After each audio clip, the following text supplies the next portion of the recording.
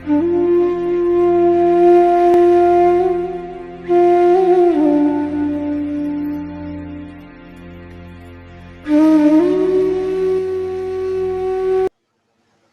आदि के द्वारा उपवास आदि करता है, न जानाति शरीरानी, शरीर को स्वरूप को न जानते हुए सुख दुखान्य बुद्धिया, सुखी दुखी के विकल्प को करता है और निग्रह और अनुग्रह रूप क्रियाओं को करता है। तथापि तत्रैव कुर्वन्ते, और वह क्या है, उस वक्त क्या होता है, ऐसे आचार्य बताते हैं। सुख दुखानी न जानाति कानी शरीरानी जड़त्वात्, सुख क्या होता है, दुख क्या होता है, यह शरीर कभी जानता ही नहीं है। अबुद्धयो बहिरात्मा, जिसे बुद्धि नहीं है, सम्यक ज्ञान नहीं है, मोहवान है ऐसा जीव, तथापि यद्यपि जानाति तथापि ऐसा जानते हुए भी अत्रैव शरीरादेव कुर्वन्ते, और इतना जानते हुए भी वह शरीर आदि के द्वारा क्या करता है, निग्रह और अनुग्रह, शरीर को कभी कष्ट देता है, कभी शरीर की सेवा करता है, जबकि जानता है कि इससे शरीर पर कोई असर नहीं पड़ने वाला है, फिर भी ये जानता है, क्या करता है, द्वेष वशाद उपवास आदि नाम शरीर आदि, शरीर के प्रति जब द्वेष आ जाता है, कोई ऐसी घटना होती है, क्रोधादि कषाय के वशीभूत होता है, तो उपवास करके बैठ जाता है, उपवास करता है अथवा अन्य कोई कार्य करता है, दंडित कर देता है, ये इस तरह से व्यवहार करता है। कदर्थ अभिप्रायो निग्रह बुद्धि, और इस कारण से वह उसको दंडित करने का, निग्रह करने का विचार करता है। और राग वशत, और जब शरीर के प्रति राग उत्पन्न होता है, कटक कटी सूत्रादि, कटक है, कुंडल है, कर्दोन्य है, बाजूबंद है, कुंडल है, मुकुट है, हार है आदि डाल करके उसको सजाता है। भूषण अभिप्राय अनुग्रह बुद्धि, और भूषण आदि के द्वारा उसके प्रति राग बुद्धि को उत्पन्न करता है। तो ऐसा जो जीव है उसको आचार्य कहते हैं कि वह उसकी बुद्धि अभी सही नहीं हुई है, मूढ़ बुद्धि है, वह बहिरात्मा है, अभी नहीं समझ पा रहा है। जब शरीर सुख दुख को जानता ही नहीं है, तो उसको दंड देने से क्या लाभ होगा और उसका सजाने से क्या हो जाएगा। जिस तरह से एक आत्मा से निकला, शरीर से आत्मा निकलने के बाद उस शरीर को चाहे कूटो कूटो, चाहे आग में जलाओ, उसका क्या फर्क पड़ रहा है, अथवा उसके ऊपर चाहिए जितना फूलों की हारों से सजाओ, तो क्या उसका ऊपर फर्क पड़ सकता है। लेकिन उसको सजाने से, उसको दंड देने से ये कहीं खुशी होता है, कहीं दुखी होता है। तो इस तरह से जो प्रवृत्ति होती है, इसको अज्ञान की प्रवृत्ति कहते हैं आचार्य। अंतरात्मा विचारता है कि यह शरीर जड़ होने से सुख तथा दुखों को नहीं जानता है। शरीर का मूल स्वरूप उद्गल पर्याय होने के कारण, स्कंद रूप पर्याय होने के कारण, इसके अंदर अगर ज्ञान का संबंध नहीं हो, संयोग संबंध का संबंध ना हो, तो इससे क्या लेना देना है, कोई मतलब नहीं है। फिर भी ये क्या करता है, यह जीव राग के वशीभूत होकर के द्वेष के वशीभूत हो जाता है, तो इसको उपवास आदि के द्वारा दंड देता है। क्रोध आदि कषाय के वशीभूत होकर के, अहंकार के, मान और क्रोध जो है ये द्वेष रूप है। तो जैसे किसी ने अपना सम्मान नहीं किया, आदि किया नहीं किया, हार को नहीं उठूंगा, हार नहीं करेंगे हम, तो ये दंड किसको दे रहे हैं, वशीभूत होकर के। कहीं आप शरीर को दंड देते हो, और कहीं अगर राग है तो उसको सजाने की कोशिश करते हो, सुंदरता लाने की कोशिश करते हो। तो शरीर की सुंदरता से किंवा शरीर के निग्रह से आत्मा क्या निग्रह होगा, नहीं हो पाएगा। इसीलिए आचार्य कहते हैं ऐसी जो बुद्धि है उसको आचार्य कहते हैं यह जड़ बुद्धि है, ये अज्ञानी की प्रवृत्ति है। इसीलिए ना शरीर को सजाओ ना शरीर को दंड दे, दोनों में ही मध्यस्थ रहो।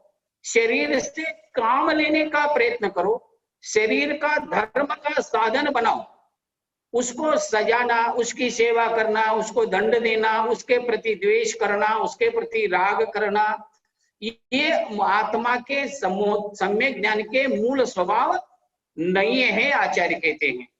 अगर ऐसा करता है तो आचार्य कहते हैं कि ये बहुत बड़ी गलती कर रहा है ये जीव।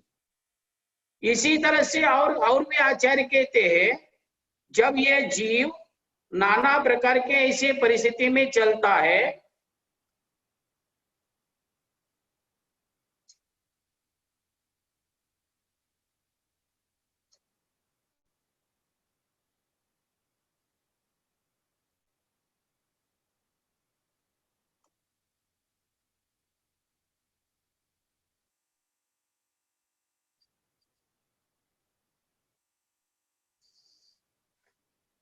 तो आचार्य दूसरी बात कहते हैं कि जब तक ये जीव इस तरह से शरीराधिक बुद्धि की प्रवृत्ति में आत्मबुद्धि लगा करके प्रवृत्ति चलता है, शरीर के प्रति की, परद्रव्य के प्रति की अपनी प्रवृत्ति को हटाएगा नहीं, तब तक आचार्य कहते हैं कि इसका जो वास्तविक जो आत्म कल्याण का मार्ग जो है वह कभी प्रशस्त नहीं होगा। कहते आत्मा के कल्याण का मार्ग अगर प्रशस्त करना है तो निरंतर उसके ज्ञान स्वभाव जो आत्मा का गुण है, उस गुण की अभिवृद्धि में, उस गुण की शुद्धता में, उस गुण के अंदर रमन करने की प्रवृत्ति सदैव निरंतर करते रहना चाहिए। कहते हैं यावच्च शरीरादवात्म बुद्धिया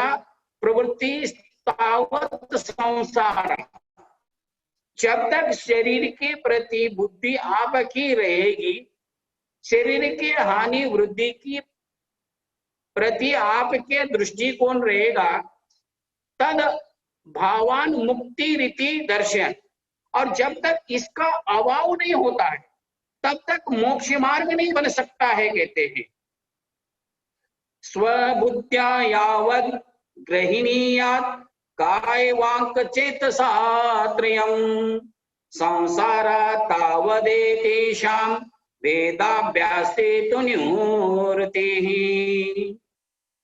स्वबुद्ध्या आत्मबुद्ध्या यावद् गृह्णोपेत, जब तक आत्मबुद्धि उत्पन्न नहीं होगी, स्वयं की बुद्धि उत्पन्न नहीं होगी, अर्थात ज्ञान को ज्ञान के कार्य में न लगाते हुए अन्य के कार्य में लगा रहे होगे, तब तक किम त्रयम केशाम, तीनों में लगाओगे तो केशाम वह क्या है, काय वाक् चेतसा, काय वाक् संबंधी मिति पाठ, तत्र काय वाक् चेतसा, काय अर्थात शरीर, वाक् अर्थात वचन, चेतसा अर्थात चेतना, त्रयम कर्तुम आत्मनि यावत् संबंधम गृह्णीयात् स्वीकुर्यादित्यर्थ, जब तक इन तीन के बीच में लगा हुआ है तब तक तावत संसार है, बोलते तब तक संसार का विच्छेद नहीं हो सकता है, तब तक संसार की प्रवृत्ति निरंतर बनी रहती है। कहते हैं क्योंकि ज्ञान का उपयोग जो है या तो वचन के द्वारा जा रहा है, वचन की में प्रवृत्ति कर रहा है, या तो शरीर में प्रवृत्ति कर रहा है, तो चेतना चेतना में नहीं रह पा रहा है, ज्ञान ज्ञान में नहीं रह रहा है, ज्ञान ज्ञान की अभिवृद्धि नहीं कर रहा है, स्व की अभिवृद्धि नहीं कर रहा है। पर की अभिवृद्धि करने से क्या स्वयं का उत्थान हो सकता है? क्या नहीं हो सकता है। तो इसीलिए आचार्य कहते जब तक स्व की अभिवृद्धि नहीं होगी, एतेषां काय वाक् चेतसा भेदाभ्यास तो आत्मना सकशात् काय वाक् चेतसा भिन्नातिथि भेदाभ्यास से भेद भावनायां तो पुनर्निवृत्ति मुक्ति। जब आप इसकी भेद भावना को उत्पन्न करोगे, इससे आत्मा को भिन्न करोगे, अपने उससे अपने को पृथक सिद्ध करोगे, तो वह पृथकत्व भेद विज्ञान जो है वही आपके मुक्ति का कारण है, अन्य कोई मुक्ति का कारण नहीं हो सकता है।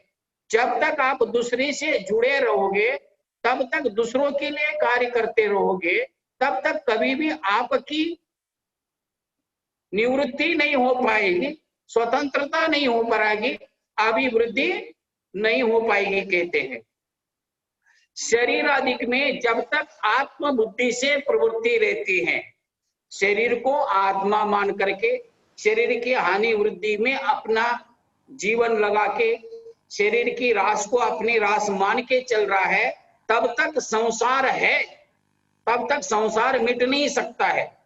और जब वह प्रवृत्ति मिट जाती है तब मुक्ति प्राप्त हो जाती है। जब तक काय वाक चेतसा त्रयम, शरीर वचन और मन, इन तीनों की स्वबुद्धिया आत्म बुद्धि से ग्रहण किया जाता है। मन को अपना स्वरूप मान लो, वचन के अपना स्वरूप मान लो, काया के अपने स्वरूप को मान लो। तो आचार्य कहते इन तीनों में अगर हमारा ज्ञान लगा रहेगा तो कभी हमारी ज्ञान की अभिवृद्धि नहीं कर पाएगा, अपने स्वभाव की अभिवृद्धि नहीं कर सकता है। तो इसीलिए आचार्य ने कहा आत्म बुद्धि से ग्रहण किया जाता है। जब तक उसमें आत्म बुद्धि, मन और आत्मा एक है, वचन और आत्मा एक है, शरीर है और आत्मा एक है, ये तीनों ही आत्मा ही है। इसके हानि वृद्धि से आत्मा में हानि वृद्धि को स्वीकार करना और उसकी हानि वृद्धि को रोकने का निरंतर प्रयत्न जो किया जाता है, वह आचार्य कहते यही संसार का मार्ग है कहते। तो इसलिए तब तक संसार है। और जब ये तेषाम इन मन वचन काय के भेदाभ्यास से आत्मा से भिन्न होने पर अभ्यास जो किया जाता है, तब निवृत्ति रूप उनसे परावृत्त होने से मुक्ति की प्राप्ति होती है, ऐसे आचार्य कहते हैं। इसीलिए इन दो गाथाओं के माध्यम से आत्म बुद्धि शरीर के प्रति जिस जीव की होती है, उसको आचार्य ने बहुत ही स्पष्ट शब्दों में कहा है कि इनकी हानि वृद्धि में इसमें जो आत्मा के गुण हैं, उस गुण को उसके अंदर लेश मात्र भी विद्यमान नहीं है। दूध और पानी चाहे कितना भी मिला रहे हैं, तो दूध में पानी का गुणधर्म आ नहीं सकता है और पानी में दूध का गुणधर्म नहीं आ सकता है, क्योंकि दूध बना है अलग घटक से और पानी बना है अलग घटक से। इसी तरह से शरीर की उत्पत्ति का कारण अलग है, मन का उत्पत्ति का कारण अलग है, वचन की उत्पत्ति का कारण अलग है। और इसी वजह, और ये शाश्वत स्वरूप भी नहीं है। शरीर आदि में निरंतर प्रवृत्ति होती रहती है, कभी वचनों का अभाव होता है, कभी सद्भाव हो जाता है, कभी मन, ज्यादातर पर्यायों में मन तो होता ही नहीं है, मन रहित पर्याय सबसे ज्यादा है, मन रहित अवस्था सबसे ज्यादा है। यह जीव निरंतर मन से रहित अवस्था में ही अपने जीवन यापन को कर रहा है, सुख दुख आदि को अनुभव कर रहा है, चतुर्गति में भ्रमण कर रहा है। फिर भी इन चतुर्गति के संसार के स्वरूप को समझकर अपने मूल स्वरूप को समझने में बहुत बड़ी गलती कर रहा है। और आज भी इतना सब कुछ करने के बाद भी उसी के अभिवृद्धि के पीछे लगा हुआ है, निरंतर ज्ञान अभ्यास करने के लिए तैयार नहीं है, ज्ञान की प्रवृत्ति उत्पन्न करने के लिए तैयार नहीं है। जो इनसे परांगमुख प्रवृत्ति जो है, उस प्रवृत्ति में अपना अभ्यास करने के लिए तैयार नहीं होता है, यही इसकी अज्ञानता आचार्य कहते हैं। इसी कारण ये आत्मा दुखी है। हाँ, क्योंकि आत्मा तो दूसरे, जैसे कहा जाता है ना कि अपने घर को देख करके कोई दुखी नहीं होता है, सही है, दूसरे के घर को देख करके दुखी होता है। सही बात है। और दूसरे के घर को नहीं देखेगा तो वह कभी ना सुखी, ना सुख दुख से परे हो जाएगा। तो इसी तरह से यह स्वद्रव्य को नहीं देख रहा है, परद्रव्य को देख रहा है। और परद्रव्य के हानि वृद्धि को देख करके स्वयं सुखी दुखी हो रहा है। जिसके प्रति अनुराग है उसके रास को देख करके दुखी होता है। जैसे मित्र को किसी ने मारा तो हम दुखी होने लग गए, क्या शत्रु का रास हो गया तो खुशी होने लग गई, मित्र की अभिवृद्धि हो गई तो खुशी होने लग गई, शत्रु की अभिवृद्धि हो गई मतलब हम दुखी होने लग गए। तो हम वास्तविक में हमारा जो स्वयं का दर्शन होना चाहिए, स्वयं को जो देखना चाहिए, स्वयं के घर में स्थित रहना चाहिए, वहां तो अगर हम अपने घर को देखेंगे तो अपने घर में भेदभाव है ही नहीं है, अपने घर में भिन्नता है ही नहीं है। जब हम बाहर देखते हैं तो हमारी नजर में भिन्नता आती है और वही भिन्नता हमारे लिए संसार का कारण बन जाता है। इसीलिए आचार्य कहते हैं आज तक जो आप मन वचन काया को ही अपना घर मान के बैठे हो, अपना स्वरूप मान के बैठे हो और उसी की सेवा शुश्रूषा करना अपना कर्तव्य समझ के बैठे हो, यही बहिरात्मा का लक्षण है, यही अविद्या है और यही अज्ञान है और यही संसार है। इसी का नाम संसार है, अन्य कोई संसार नहीं है, अन्य कोई संसार बनाने वाला नहीं है। हमारी बुद्धि ही हमारी संसार की अभिवृद्धि करती है और हमारी बुद्धि ही हमारे संसार को घटाती है। उसमें आता है कर्मानुसारणी बुद्धि।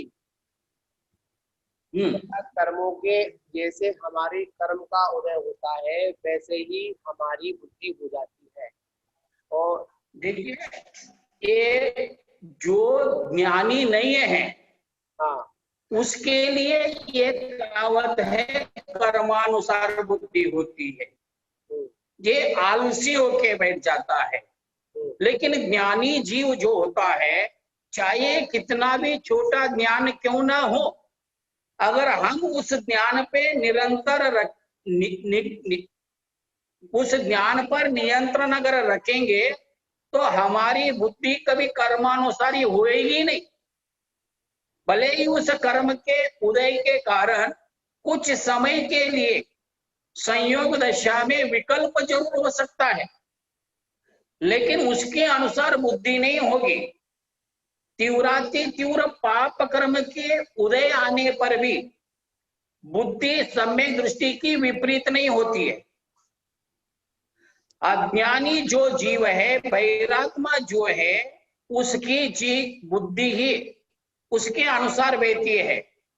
जिस ज्ञान को लगाम नहीं है वह ज्ञान भटकता है और जिस ज्ञान में चारित्र का, त्याग की और प्रवृत्ति का संबंध होता है, वस्तु स्वरूप का ज्ञान जिसको होता है, उसकी बुद्धि ज्ञानानुसार होती है, ना कि कर्मानुसार होती है। तो यहाँ पर ये भी कह सकते हैं, कर्मानुसार बुद्धि अगर होगी तो संसार अभिवृद्धि हो जाएगी और ज्ञानानुसार बुद्धि अगर होगी तो मुक्ति का मार्ग प्रशस्त हो जाएगा। इसमें अपन ये भी कह सकते हैं जो सम्यक दृष्टि जीव है उनकी ज्ञानानुसारणी बुद्धि होगी। हाँ, और जो मिथ्या दृष्टि है उनकी हाँ, कर्मानुसार बुद्धि होगी, क्योंकि वह परद्रव्य के अनुसार प्रवृत्ति करेगा, उसी के अनुसार विपरीत वो उसी को ज्ञान समझ लेगा, उसी को अपना स्वरूप समझ लेगा। जो सुख दुख जो प्राप्त हो रहा है, विकल्प जो हो रहा है, वह ज्ञान में हो रहा है, ना कि शरीर में हो रहा है। लेकिन हम शरीर में ज्ञान बुद्धि रखने के कारण हमें उसका एहसास हो रहा है। जब उस बुद्धि से हम परांगमुख हो जाएंगे, जैसे एक मित्र है, हमारी और मित्रता में मित्रता है, कैसे है? बुद्धि के द्वारा। हमने उसको ग्रहण किया है, और जैसे उनसे कोई हमारी खटपटी हो गई, कोई ऐसा घटना घट गई, और जैसे उसके प्रति की बुद्धि हमने हटा लिया, तब उस दोस्त के साथ कुछ भी हो जाए तो उस पर कोई फर्क पड़ रहा है क्या? हा? आप ही अपने घर में रहते थे तो कोई घटना हो जाती थी तो आपको संकल्प विकल्प होता था। आज भी आपके पूर्व पर्यायसी शरीर के जो संबंध है, उनके संबंध के हानि वृद्धि इष्ट अनिष्ट घटनाएं कान पे आती हैं, फिर भी आपको कोई फर्क नहीं पड़ता है। पहले फर्क पड़ता था, आज फर्क नहीं पड़ रहा है। पहले उनके साथ ज्ञानात्मक जुड़ाव था और आज ज्ञानात्मक जुड़ाव नहीं है, मध्यस्थ परिणाम है हमारे। ज्ञान उनमें मध्यस्थ हो चुका है। जब ज्ञान उस संबंध में मध्यस्थ हो जाता है तो उस क्रिया से कुछ भी हो जाए तो उस क्रिया से हमें कोई फर्क नहीं पड़ता है। यह इसको कहते हैं ज्ञानानुसार बुद्धि। और उस वक्त क्यों हो रही थी कर्मानुसार बुद्धि? तो विकल्पात्मक दशा में इस तरह से चलता है। इसीलिए मोक्ष मार्ग के लिए हमें ज्ञानानुसार बुद्धि को उत्पन्न करना है, ना कि अपने को कर्म के उदय को अपना मूल स्वरूप समझने का भ्रम न करें। सही है, बिल्कुल यहाँ पर सही है कि हमको कर्मानुसार बुद्धि नहीं, हमको ज्ञानानुसार बुद्धि का प्रयोग करना है। हाँ, उसी को सम्यक दृष्टि कहते हैं, क्योंकि अपने ज्ञान का उपयोग अपने ज्ञान का स्वरूप, अपने निज आत्मा का स्वभाव स्वरूप जो है, वास्तविक क्या है, अभिन्न स्वरूप क्या है, भिन्न स्वरूप क्या है, हम अभिन्न स्वरूप को अपना स्वरूप समझे और भिन्न स्वरूप के लिए जो हम पुरुषार्थ कर रहे हैं वह ही हमारी सबसे बड़ी भूल है। और उस भिन्न स्वरूप को हटा देंगे, भिन्न स्वरूप में हम मध्यस्थ रह जाएंगे, भिन्न स्वरूप में हम तटस्थ रह जाएंगे, तो हमारा ज्ञान हमारे लिए कार्यकारी हो जाएगा। फिर ज्ञान में राग द्वेष की उत्पत्ति नहीं हो पाएगी। राग द्वेष की उत्पत्ति अगर नहीं होगी तो नेम से परिणामों में विशुद्धि उत्पन्न हो जाएगी और आगे के गुणस्थानों में आरोहण हो जाएगा। और जैसे कहा जाता है, शरीर में चिकनाई ना हो तो धूल कहाँ टिकेगा, जड़ जाएगा, आ जाएगा धूल, शरीर पर जम भी जाएगा, लेकिन कुछ समय के लिए, उस समय तक अगर हमने शांति रखा तो वह धूल अपने आप जड़ जाएगा, उसको जड़ाने की जरूरत नहीं पड़ेगी। लेकिन अगर हमने उसके चक्कर में गीला कर दिया शरीर को तो वह हटेगा नहीं, वही चिपक के रह जाएगा। तो इसी तरह से ज्ञान को गीला नहीं होना चाहिए, ज्ञान में नमी नहीं होना चाहिए, ज्ञान में स्थिरता होना चाहिए, कठोरता आना चाहिए, ठोसपना आना चाहिए। उस जितना ज्ञान में स्थिरता उत्पन्न हो जाएगी, कठोर मतलब स्थिरता का ज्यादा अति मात्रा होना उसको व्यवहार में कठोर का है। जैसे ये पत्थर कितना कठोर है, मतलब इस पत्थर में स्थिरता बहुत काल तक पुरुषार्थ करने के बाद भी उसमें विचलितता नहीं होती है। और अन्य जैसे है, सामान्य मिट्टी है, सामान्य पत्थर है, वो हल्का सा बल प्रयोग करने से उसमें से टूट जाता है।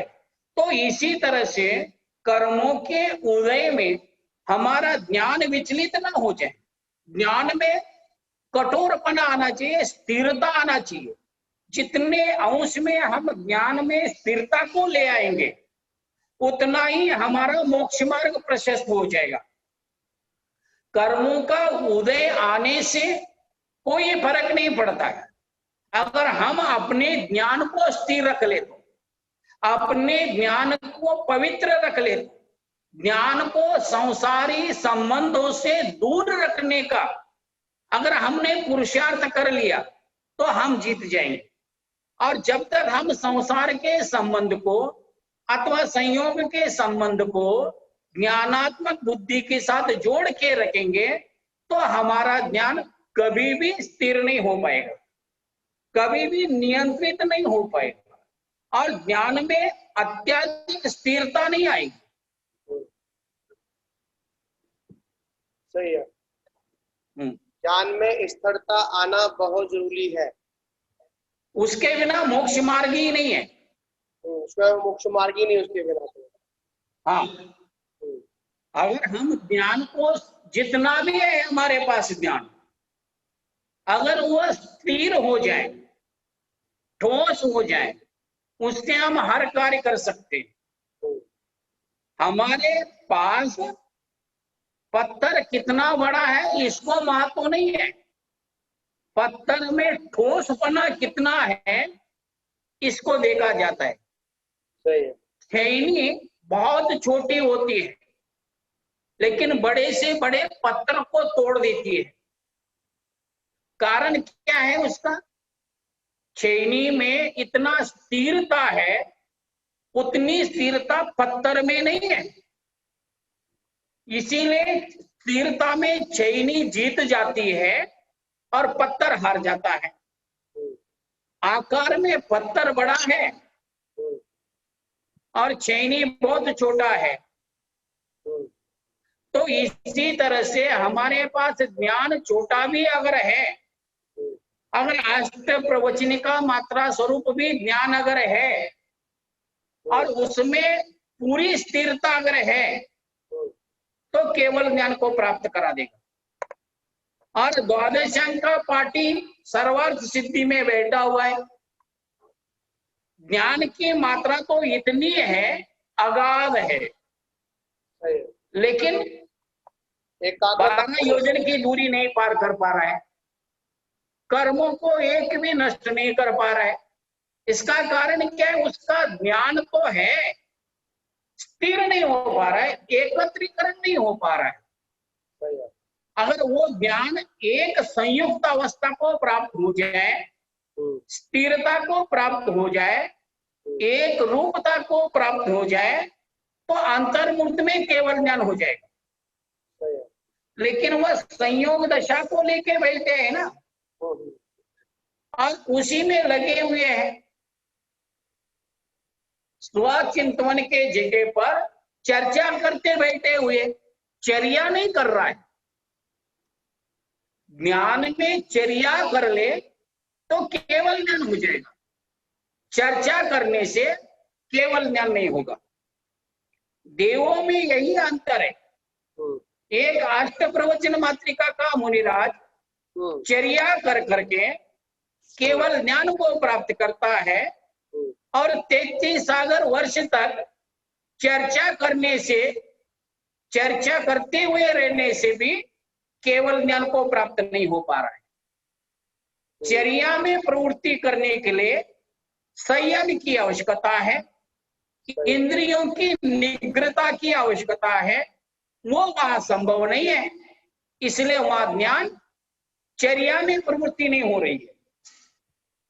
इसलिए अपने पास भी जितना ज्ञान है उसको हमें चर्या में लाना है, ज्ञान को अपने घर वापस लाना है।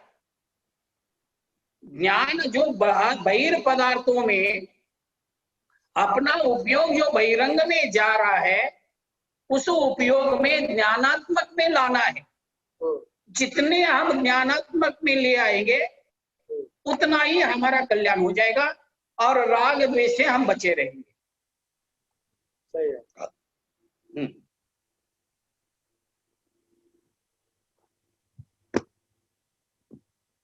कोटि शतम 12 कोटि लक्षानि शीति तद्धिकानि चैव